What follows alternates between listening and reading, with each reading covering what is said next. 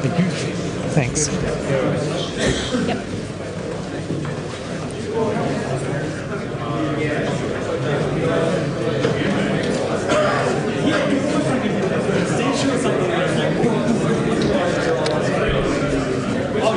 Just give me a second.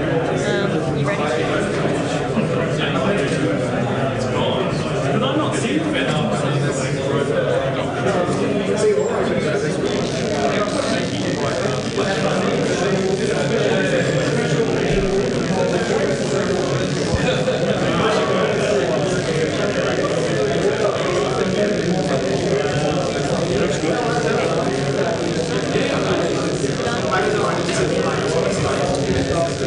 Where do I put it?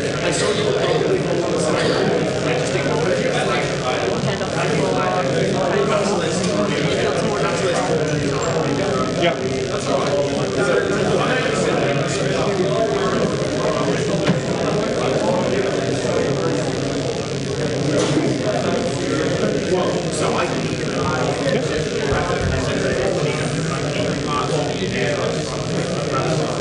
Bueno, they're not ready yet.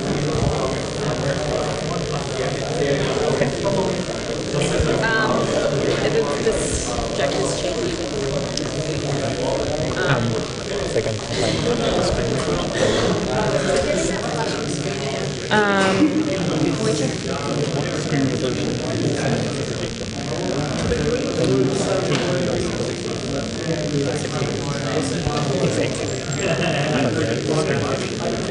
It's 800, 600.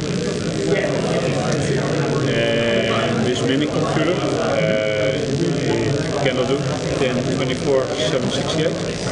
It cannot do better than 1024 600. Good morning. Well, my time zone is morning. Came in this morning from the Netherlands, and I'm going to talk about SELinux.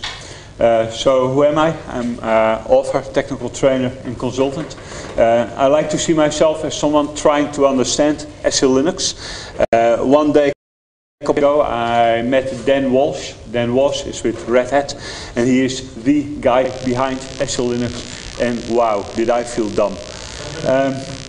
So I've been working with SELinux for a couple of years now, and hey, I'm doing better and better. And it's so good that I'm even trying to explain it to you during this session. Everything I say during this session, you can also read it in an article that I've just finished.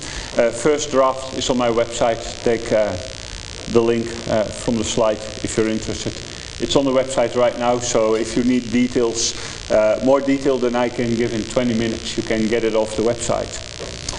Who's listening? That's also important, especially when you're talking about SELinux, because there are different levels of talking about SELinux. You can go very deep. It's not my intention to go very deep. It's my intention to talk to sysadmins that normally would just switch off SELinux. I see that too often. They start working on like a Red Hat box, and they try to install something like a Samba server, and they try to share a directory, and they don't know how to deal with SELinux, and hey, Samba is not working, and if I disable SELinux, Samba is working, so let's get rid of it completely. So the idea of this talk is that after this talk there's no reason to turn off SELinux anymore. Even better, you can go get any other distribution and start configuring SELinux for yourself on that distribution. That is what I've done. I've configured SELinux in particular on different versions of SUSE, and that works. So before going into details, why do you need SELinux? Well, simply said, it's offering good security. Just one example, how are you going to ensure that the web server that's running hundreds of scripts is really secure? I mean, which system administrator really knows what's going on in all the scripts that are offered on the web server? And if you just have one badly configured script, an intruder can just break through the script, get shell access. And he doesn't even need shell access as a root account. Shell access with the web server account is bad enough under bad circumstances to put scripts in some directories and to start bothering the rest of the world. And this is something that's very difficult to avoid given the basic solutions that Linux is offering. Because on Linux there are a couple of directories where every user can create files. And hey, how are you going to prevent that? Do you really want to take away write permission from the TMP directory and the Vugt TMP directory? I don't think so, because it's useful to have those permissions in those directories. And that is where SELinux is going to help. So the purpose of SELinux is very effective. It basically blocks all syscalls, which means that if you enable SELinux and you don't do anything else, nothing works. That's not cool. So you need to do something to make sure that those syscalls that you want to be able to be working, that they are enabled. And yeah, once you start doing that, you will probably lose some functionality, because it's very difficult to have an overview of a system of completely everything that's happening on the system and configuring it in a way that everything works the way it should work. And that is where the policy comes in. The policy is the key component in SELinux. It is used to define which objects get access to other objects and in which way. Wow. Objects getting access to other objects. Well, the basics of SELinux is the context label. The context label that is set on items like the file system, like directories, like ports. And these context labels, they have to match the accessing objects, which means that if your web server wants to access a given file, there's a context label set for the web server, and that needs to match the context label that is set for the file. Let me just give you a simple example of what this looks like. I hope this prompt is readable. Is it readable? Yeah, okay. I just want to do ls-z. This gives you an overview of all the context labels that are set in my current directory, which is set to default_t, which already reveals that something is not quite okay on this system because it's the home directory of user root. If I do the same thing, ls-z, -z is the option that you can use to find out more information about context labels that are set. You can see, for example, that sbin has been labeled with bin type. srv has been labeled with var type. usr has been labeled with usr type. Now, if there is a web server which typically has the HTTPD type, in a rule in the policy there's a definition that the web server with the HTTPD type can only access a limited amount of specifically labeled files. And there is no way on earth that a web server will be able to access a directory that has TMP type, because that is prevented by the policy. Now, an interesting thing is that you can also find out which types are set for processes that are running on your server, like a command like psaux, and again uppercase Z. You can see the context labels that are set for all the processes on the machine. But let's get back to the slide, because I only have 20 minutes. So the policy is the key component of SELinux, and in the policy there's a context, and the context consists of 3 different parts, which is the user, the role, and the type. Depending on the kind of policy that you are going to use, you can either work with all three of those types, or just with the context type, which is what we have just seen, what you can use to label files. Now, in the policy you will have rules, and the rules, they will define what exactly is possible. And by default, there are many different policies available. If, for example, you look at Red Hat is basically the distribution behind SELinux nowadays. Red Hat has different policies. Policies that are very restrictive and that don't allow anything unless it is specifically allowed. Policies that are a little bit less restrictive and that do allow you to run services without protection of SELinux, and even multi-level security policies. Now, the policy is also the problem if you are going to work with a distribution that doesn't support SELinux. Because in the policy you need rules for all files and all processes on your server. Now, it took Red Hat a couple of years to write decent policies for their Linux environments. And basically, it's only since Red Hat 6 that SELinux really is perfect on Red Hat. Now, if you have a look at a distribution like SUSE, SUSE in their SUSE Linux Enterprise Server 11.2, they have stated that from now on they are supporting SELinux on the SUSE platform, but they don't deliver any policy. They tell their customers, hey, we do SELinux, but we don't have a policy, go figure out for yourself. Now, if you realize that in an average policy you will have at least a couple of thousands of different rules that are working with thousands of different context types, you do realize that tuning a policy is really complicated.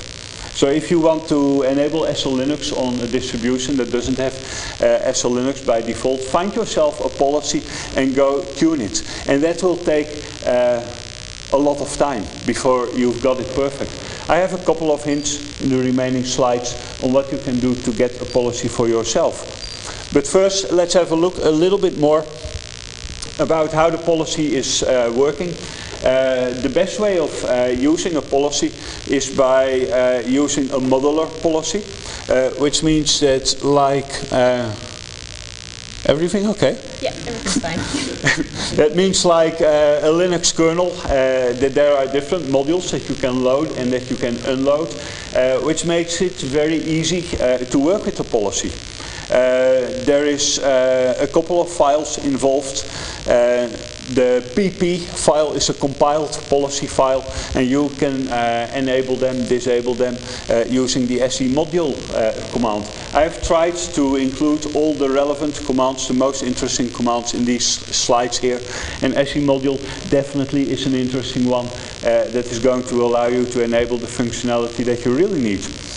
Related to that, there are also some input files. These are the .te, the .if, and the .fc files. Now, if you are interested in seeing how those rules in SELinux are composed, it's a good idea to have a look at those files. Because if you take some time and if you understand the concept of SELinux, yeah, they are impressive, but they are not that hard to understand. They are just humanly readable. Now, managing SELinux, what do you need to be able to do as a system administrator?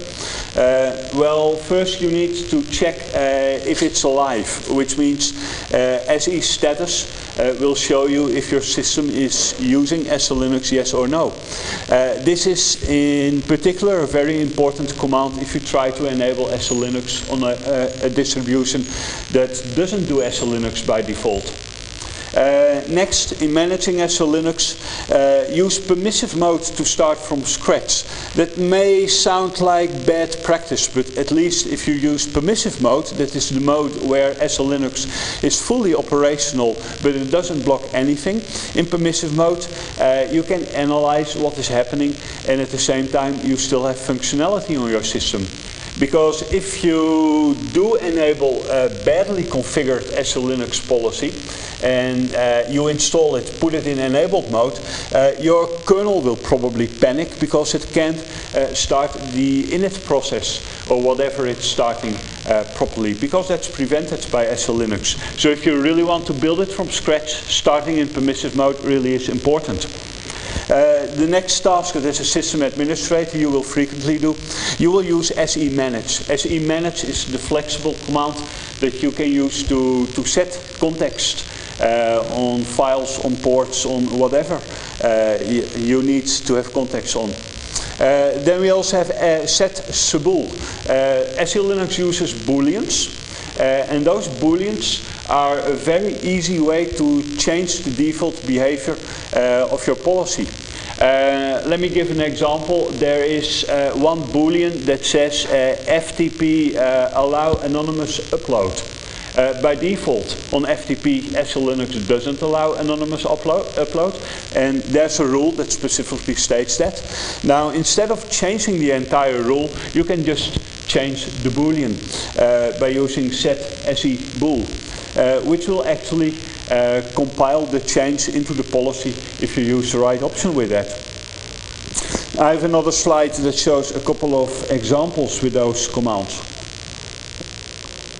Then we have SEModule. SEModule, we already talked about that. SEModule is what you can use if some part of the configuration is causing you a headache.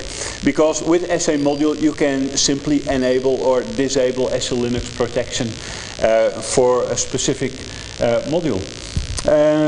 Also very useful if you are installing your system, if you are configuring it for SELinux, is to use auditing. Every modern Linux has audit-d. Audit-d writes audit messages to the audit log. Normally those are humanly nearly unreadable messages. But hey, if you take a couple of minutes, you will understand what they tell, and you will exactly understand what SELinux is trying to disallow you to do. And next you can use a useful tool, audit to allow. Now, what audit to allow is doing is interesting, especially from a security perspective. Because audit to allow reads the denial messages, and you can use audit to allow to turn those denial messages into policies. Policies that will allow the activity that has been denied before. Yeah, that makes that your system will work even with your SELinux policy, but you should be very careful when using audit to allow, because hey, SELinux is trying to secure your system, and you might open your system too much by just using audit to allow without understanding what you are doing.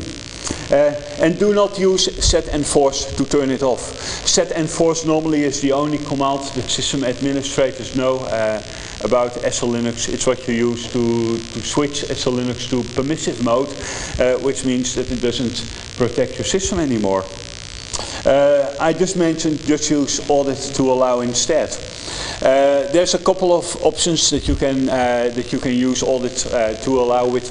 I'm not going through every single line here in the slide, just wanted you to have the useful commands in the slide. The idea behind audit to allow is the audit to allow -a-m command. That will create an SELinux policy module. So that's a pp file, and next you can use SEModule to enable this module. Now, some examples of common administration commands. Basically, if you want to work with SELinux on an administrator level, that means you have Red Hat, CentOS, Fedora, or anything that comes natively with SELinux. That means you don't have to care about the policy. Basically what you do, you will work with commands like SEManage. And yes, there are different alternatives for using SEManage, but SEManage is the most flexible of all the managing commands. And you will use commands like the first. Now, I know that this is not the type of command that you type easily out of your head, but fortunately, SEManage has a very good man page, and in the end of the man page there are examples, and this just comes from the example. Just the only thing you need to do, you need to find out what exactly is the context type that I need. In this example, the context type is httpd syscontent-t, which is needed to open a directory for a web server. The challenge that you have is that there's about 3,000 different context types available. So you need to find the appropriate context type. There are different ways of doing that. Use your good friend Google, for example, or just have a look at the default configuration. I mean, every web server on an SELinux system has a default document root. And if the web server by default works, just check the context type that is set for the default document root, and then you know what you need to do. Or just do SEinfo-T and grep on the output of the command to find which context types are available. Next, when you have set the context type, you need to run restore-con, because SEmanage is going to write the context type that you want to use to the policy, and you need to apply it. Restore-con -r is going to do that. In this example, on the directory web and everything that exists in that directory. Now another command, I already mentioned them, the booleans, getSable and setSable. GetSable -a shows you all the booleans that are available. Grab on something like FTP or whatever you need, and you will find very easily the boolean that you need exactly.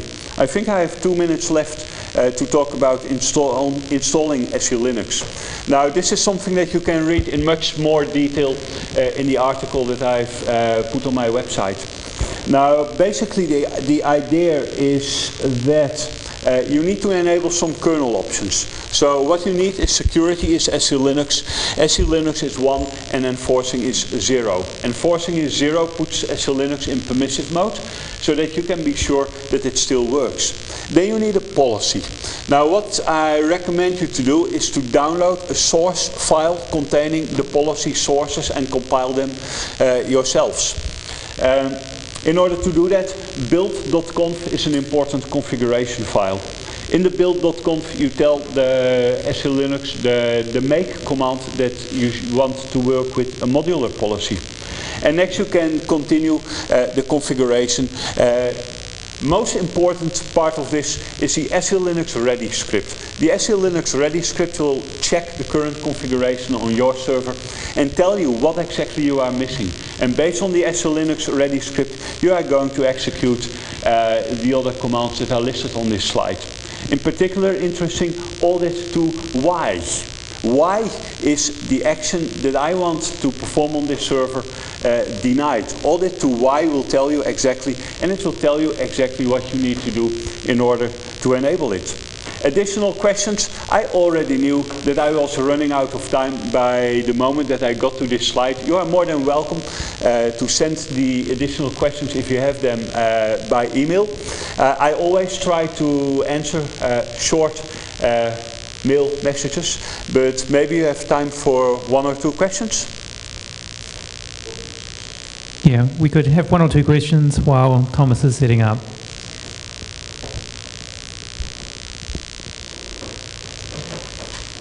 Wow, that's a lot.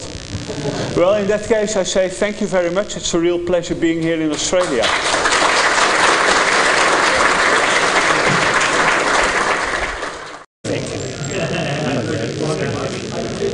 It's 800, 600.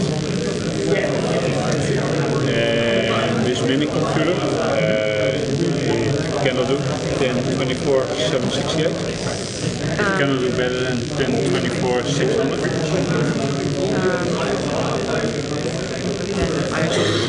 Good morning. Well, in my time zone it's morning. Came in this morning from the Netherlands, and I'm going to talk about SELinux.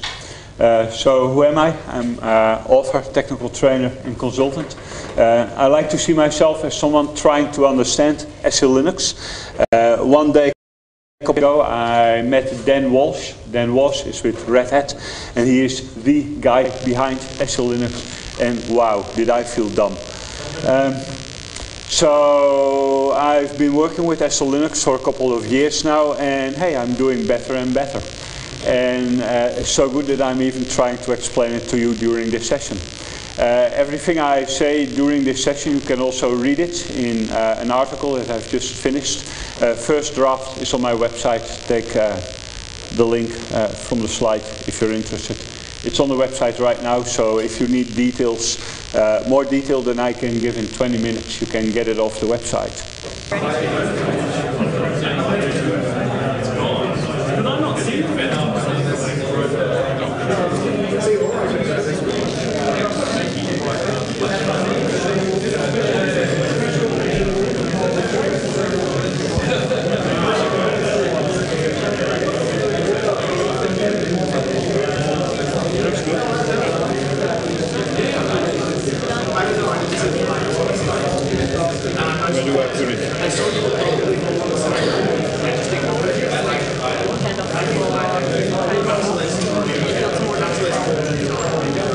Yeah,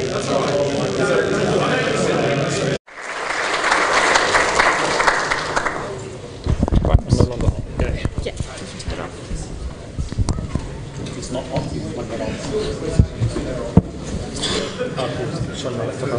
Yeah, you can put that out.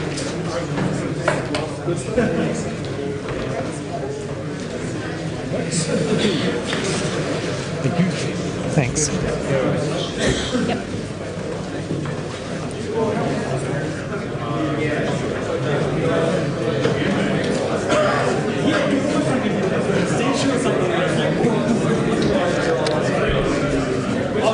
Just give me a second.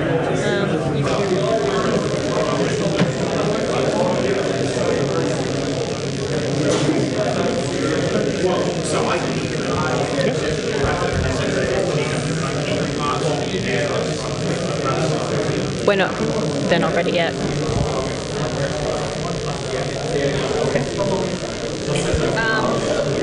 This project is changing.